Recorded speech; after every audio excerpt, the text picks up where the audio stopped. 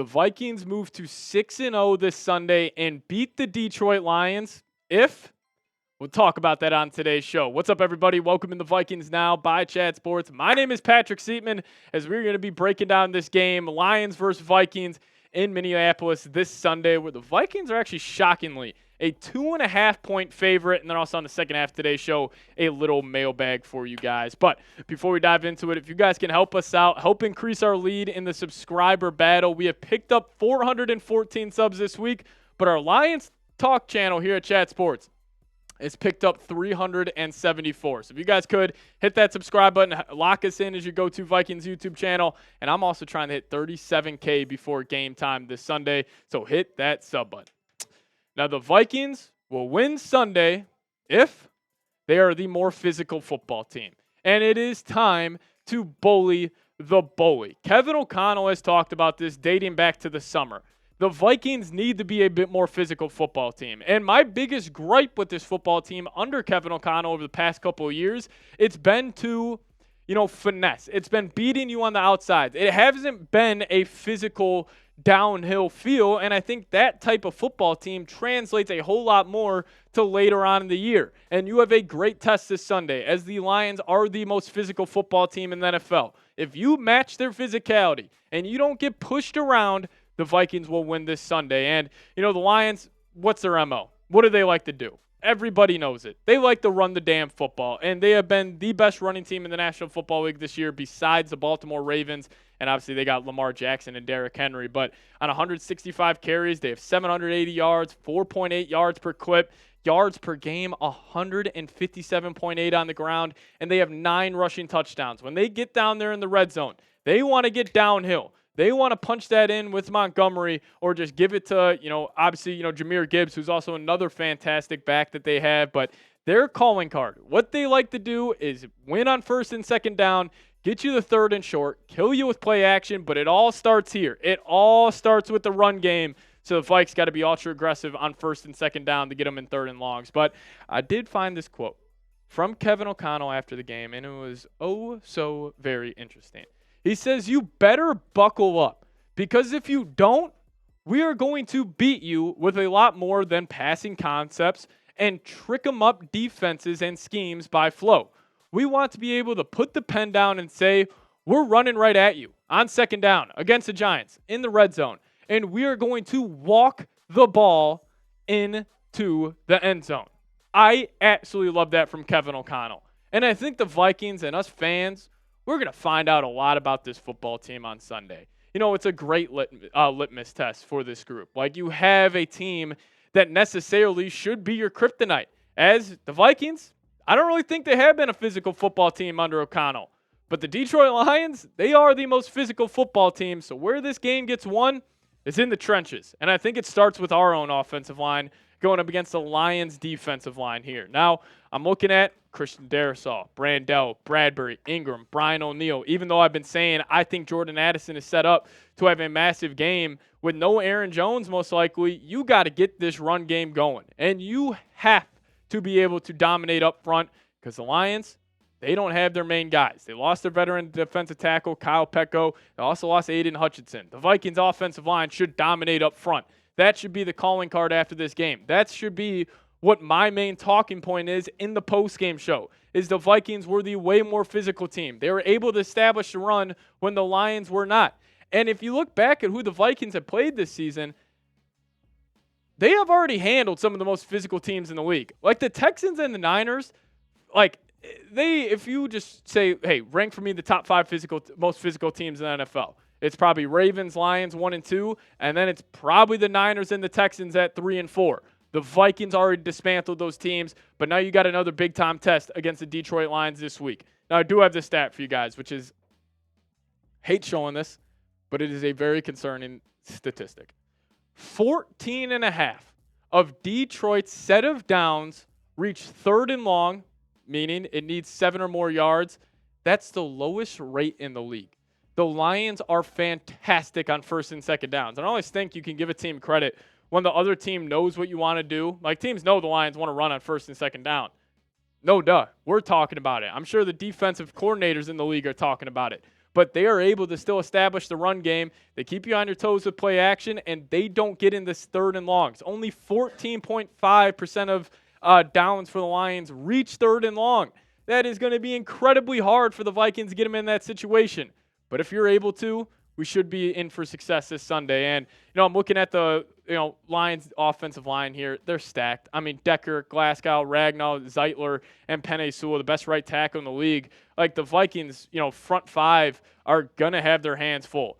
Andrew Van Ginkel, Bullard, Harrison Phillips, Jerry Tillery, Jonathan Greenard. You got to stop the run on first and second downs. Even guys like Pace and Grugier Hill stepping in for Blake Cashman, they're going to need to have big-time games. And this game overall, it will be won up front. It will be won in the trenches. This is an NFC North battle. Normally these games, whoever dominates the trenches, they end up winning these games. The Vikings are going to need to do that this Sunday. You're going to need to establish a run. You're going to be able to take away the run. If you do that with what you have on the outsides, the Vikings should handle the Detroit Lions. But I'll ask you guys this. Will the Vikings be able to stop the run on Sunday? This is the biggest question. This is the biggest storyline heading into the game. Let me know your thoughts down below. Y for yes or an N for no down below in the comments section. I think they will be. I think the Vikings will dismantle the Lions this Sunday. I got 31-16. But coming up next, we'll dive into a mailbag where I answer questions from you guys. But first off, I want to tell you guys about today's presenting sponsor, and that is Game Time. If you guys download the Game Time app, create an account, and use code CHATSPORTS, you guys will get $20 off your first purchase. Terms apply. Again, create an account and redeem code CHATSPORTS for $20 off. Now, Game Time has a new feature called Game Time Picks that makes getting tickets to see your favorite teams play live even easier.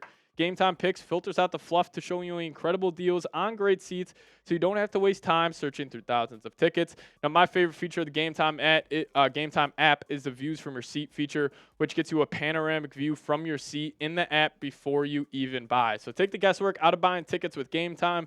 Download the Game Time app, create an account, and use code CHATSPORTS for $20 off your first purchase. Terms apply. Again, create an account and redeem code CHATSPORTS for $20 off. Download Game Time today. What time is it? Game time. Scolger saying, do you think the Lions will make a move for Max Crosby or Myles Garrett? I think there's definitely a chance. I just don't know how aggressive the Lions are going to want to be. I think they will be somewhat aggressive, but I don't know if it's on the level of going out and getting a Max or a Myles Garrett. I honestly think the Lions are probably going to be calling about guys like a Carl Granderson, edge rusher for the Saints, or like a even former Viking, Zadarius Smith of the Cleveland Browns. Also, I don't think the Browns or Raiders are just going to move off to the better football players in the National Football League in Crosby or Garrett, but I definitely see the Lions making a move at that edge spot. But Harvey, what up, Harvey? How you doing? Saying, why would you do with this first round pick this year? Why would you trade it away? I think the argument would be is, if the Vikings are as good as we think and they're going to be drafting in that, 25 to 32 range, like who you draft in the first round next season probably isn't going to start. And you don't want to waste a 5-0 start because, sometimes teams just catch lightning in a bottle. And, sometimes the team just has a special feeling around them this year. And maybe that's where the Vikings are at, where they're just like, no matter how bad or how good they play, they will end up getting a victory. So I would be fine with them trading away their first-round pick, but it would have to be for a blue chipper. And it would probably want it to be on the defensive line. Jeffrey Simmons, send that first, send a fifth, and you get that big fella on the Minnesota Vikings. Baraki coming in saying, are you concerned about the physicality of the Lions? No doubt about it. Again, this is my biggest gripe with the Vikings this offseason, or in the years past with Kevin O'Connell. They are not a physical football team. Yes, I'm concerned about the Lions' physicality. They kick the crap out of teams. I mean, you go throw on the tape of what they did to the Cowboys last week. They treated them like a JV team. I mean, they were running pitch-back passes, hooking ladders to Penei Sewell in the fourth quarter. They did not respect the Dallas Cowboys. And they will try to get that same mojo, that same vibe heading into this matchup this weekend. But I got faith in Kevin O'Connell and Brian Flores getting these boys ready to go to, obviously match the physicality of the Lions. But Brendan coming in saying, is Aaron Jones playing? Don't have word at the time we're filming this video, but I'm going to assume not. I think the Vikings making a move for Cam Akers was a huge indicator that he will be out this week and probably week 8 on a short short week against the Los Angeles Rams. So I'm going to say Aaron Jones returns to the U.S. Bank Stadium week 9 against the Colts. But, yeah, most likely not. He's not going to play. But Rocky with another question saying, what would Dexter Lawrence cost? I think he's probably going to cost 2 first-round picks. And also, I just don't think the Giants are going to make him available. I think the Giants are probably viewing their team as like, we got Andrew Thomas, we got Dexter Lawrence. We got these blue chippers. We got these foundational pieces. We just need to get everything else around them right.